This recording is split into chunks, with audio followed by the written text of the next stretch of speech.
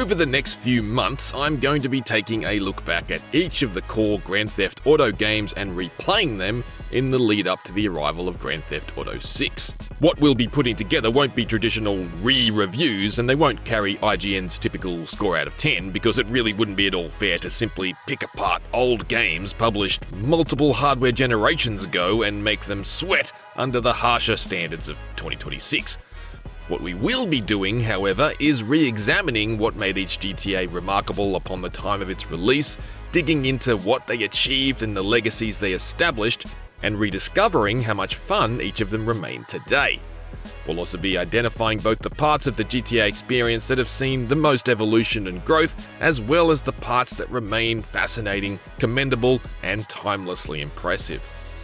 At the end of the project, using GTA's previously 6-star wanted level, you should be able to get an idea of where each of these games roughly sit in my long-term love for this series. First cab off the rank, the original Grand Theft Auto. When the original Grand Theft Auto arrived towards the end of the 1990s, it was like nothing I'd ever played before, but it somehow also felt like I'd been in training for it most of my life. On the one hand, it was essentially the digitization of an entire childhood looming over a 2D toy car mat.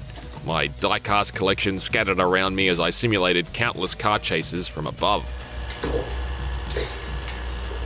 On the other, it felt instantly familiar to play, like an intuitive yet anti-social distortion of the top-down delights of Codemasters' micro machines. Grand Theft Auto was bold and brash.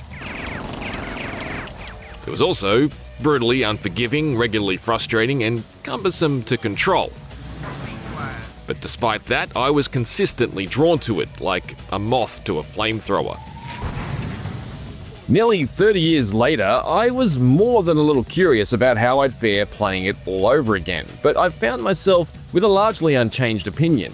Continuously stumped by its absolutely unsympathetic difficulty, yet consistently charmed by its wanton silliness, varied vehicles, hilarious sound effects, and trend-setting original soundtrack.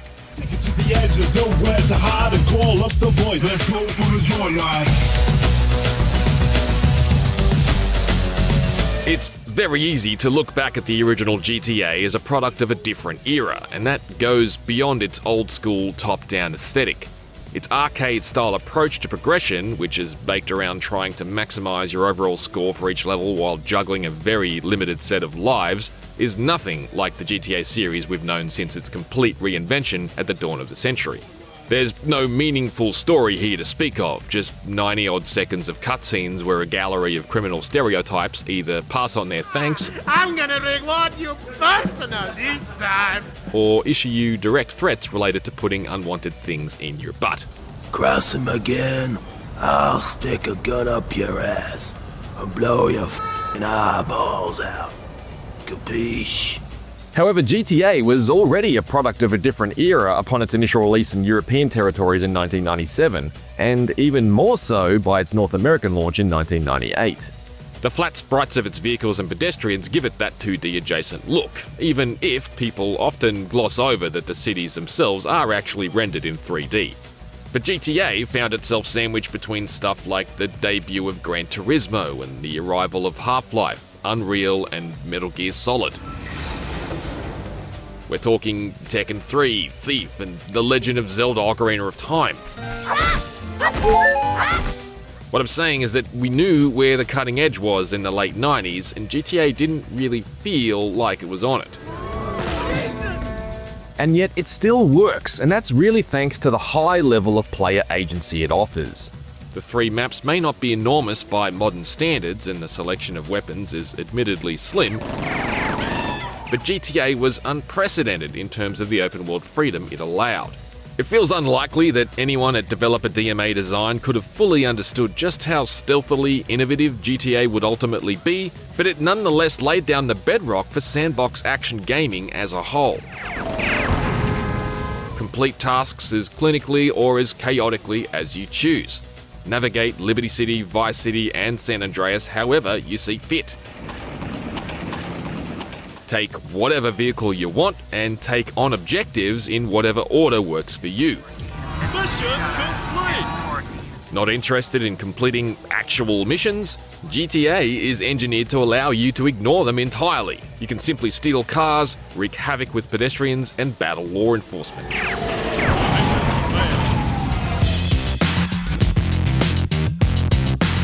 Make no mistake, GTA is a somewhat clunky game to play. This was true in 1997, and even more so now.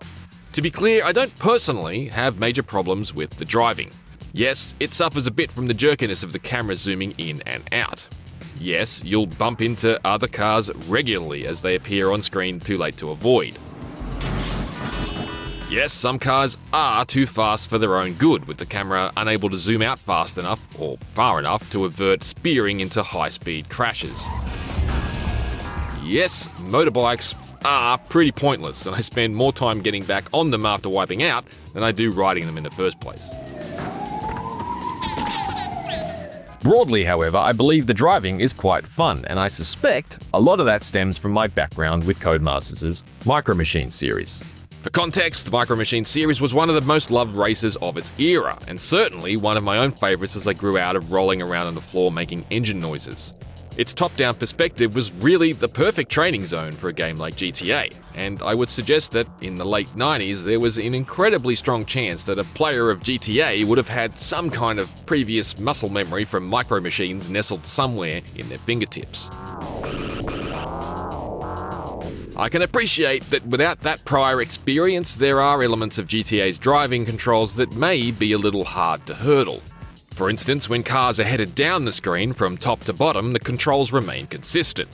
That is, stab left and your car will head to its left, and immediately head to the right of the screen. It's ultimately a car, so it's entirely logical that left is always left. It'd be untenable to have the controls flip mid-corner. But this kind of thing is printed into my brain. It's second nature, if not from Micro Machines, then from an entirely analog childhood of racing RC cars and quickly learning everything is mirrored when they're racing back towards you. However, I can anecdotally report that this was initially a bit of a brain twister for some of my kids, so I can see how the controls might seem a little obtuse at first. I feel like they were initially treating the car's direction like a cursor, rather than the car as a discrete object. The lack of an in-game map spun them out a little too. Luckily, I still have actual fold-out paper maps of these cityscapes, which are genuinely essential to complete certain missions, like finding the nearest bomb shop before a strict timer runs out. They prove to be a neat novelty for kids from a generation who'll never know what it's like to navigate your way to an unknown location by leafing through a dog-eared street directory that smells like petrol and wet socks. Mission complete! My GTA maps are a little flimsy these days, but considering GTA 6 and future PlayStation games in general won't even be getting a disc, they're also a fun, if now bittersweet footnote in the story of physical gaming media. It's on foot where GTA falls down, and unsurprisingly, the same things that frustrated me about it in the late 90s continue to do so today. For context, the tank-like on-foot controls are a side effect of the fact that this was a time before dual analog controllers became the default. Whether you're on PC with a keyboard or PlayStation with a controller, all you can do is turn left and right and move forward or backwards. You can't think of it like a primitive version of a modern twin-stick shooter like Hotline Miami. You're really just a tiny, slow car with legs. The Micro Machines style controls make less sense on foot, and they're definitely dated. The upshot is combat is harder than a $2 steak. It's tougher to deal with clunky controls when just one hit will kill your character. Body armor pickups are available, but they'll only protect you from 3 hits. It's also incredibly difficult to line up shots from long distances, and not much easier at close quarters. It's particularly tricky to turn and shoot at pursuing police, since by the time you do manage to pivot 180 degrees, there's typically only time to get 1 or 2 shots off. The pistol is a mostly useless weapon overall in this case. The machine gun is far more effective, since you can spray a burst in an arc and get at least 1 round to hit. The flamethrower is the most trusty option, but you won't see a great deal of it without resorting to cheats. I cheated like hell when I played GTA as a teenager, and I'd honestly be surprised if that wasn't the case for most people of my vintage. The action is a lot more fun with 99 RPGs in your back pocket. Cheats are very much an integral part of GTA's legacy. While cheats have become depressingly rare over the last several generations, the GTA series, up until GTA 5 at least, remains one of the last bastions of fun, silly, and useful cheats.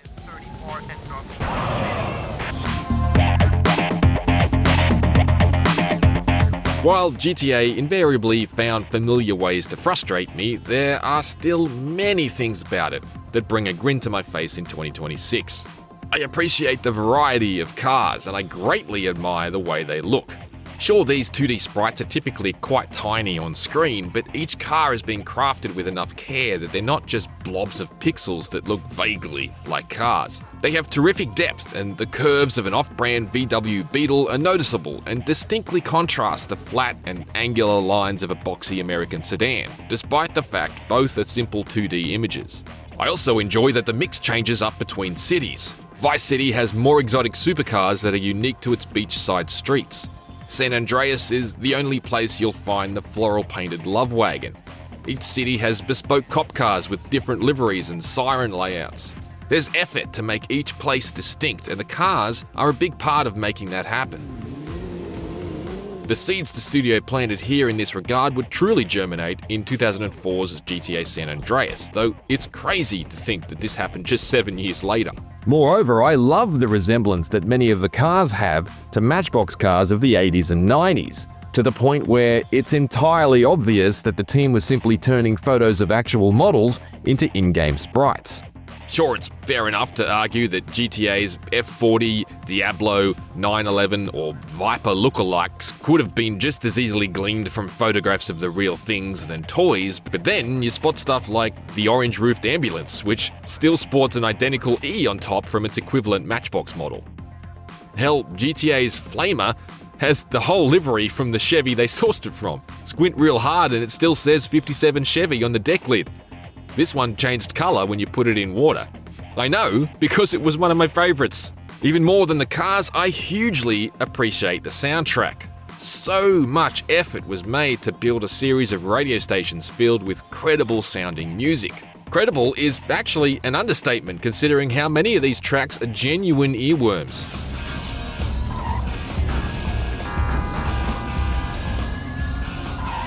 You could actually put GTA's PlayStation disc into a standard CD player and simply play the music. This functionality wasn't actually unique to GTA at the time, but it's still nifty.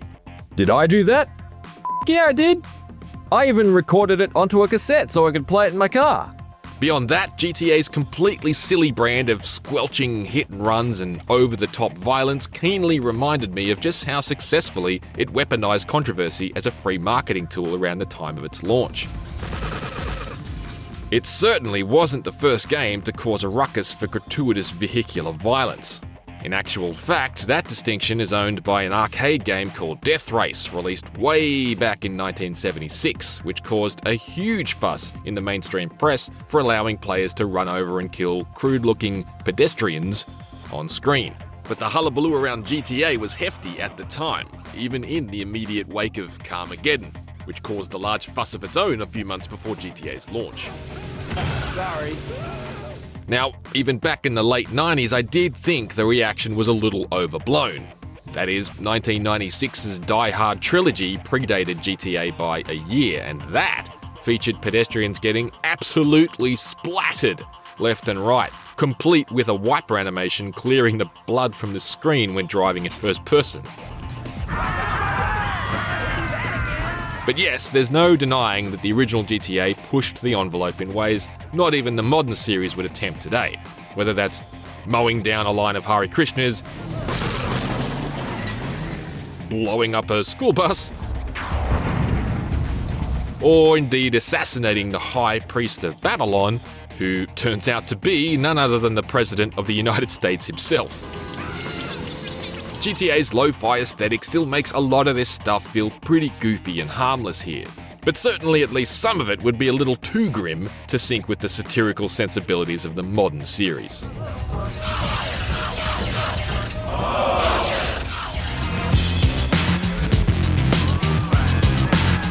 Like a Stone Age axe, Grand Theft Auto is hard, primitive, and honestly, more than a little cumbersome.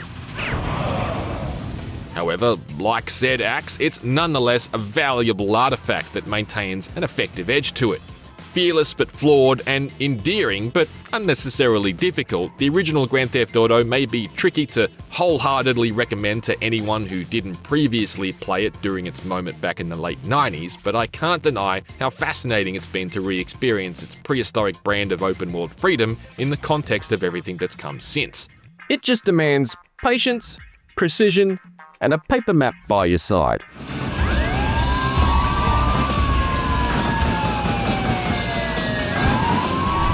Reviews director Tom Marks here with Luke Reilly to talk a little bit more about GTA 1 of all things.